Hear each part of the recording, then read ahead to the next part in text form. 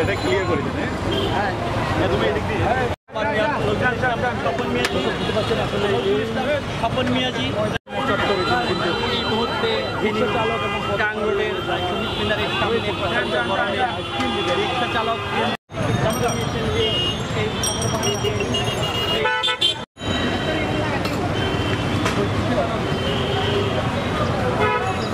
আসলে আমরা তো সবসময় মানব সেবা করার জন্য আমরা প্রস্তুত থাকি।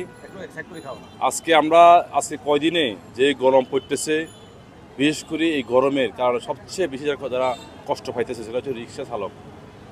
এই দেশের এই পৃথিবীতে রিক্সা চালক আর যারা কৃষি কাজ করে, রোদ যদি পড়ে তাদের চেয়ে কষ্ট আর এই পৃথিবী আর কোনো মানুষ এই কষ্ট ভোগ করতে পারে না। আমি চিন্তা করি যে ফেনী পৌর পক্ষ থেকে আমরা 4টি স্পটে আমরা পানি ফিল্টার লাগিয়েছি, ঠান্ডা বিশুদ্ধ পানি দিয়েছি, এখানে বিস্কুট দিয়েছি।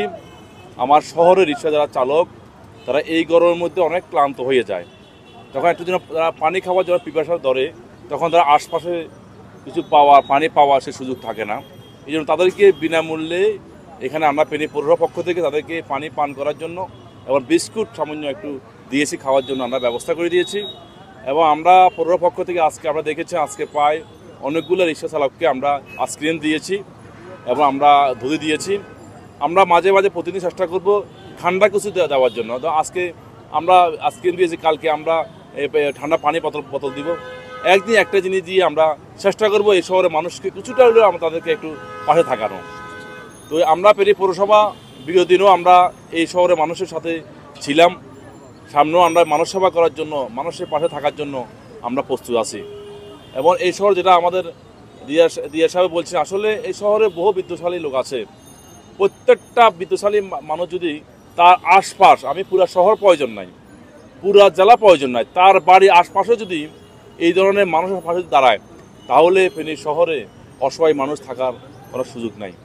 তো তারপর আমি মনে করবো যে আমাদেরকে এই দেখে দেখে যদি কেউ যদি এগিয়ে আসে তাদেরকে ধন্যবাদ জানাবো, সাধুবাদ জানাবো। সকলে মানুষ, আল্লাহ রাব্বুল আলামিন আমাদেরকে যেই মাটি দিয়ে বানিয়েছেন, ও রিক্সা চালকে একই মাটি দিয়ে বানিয়েছেন।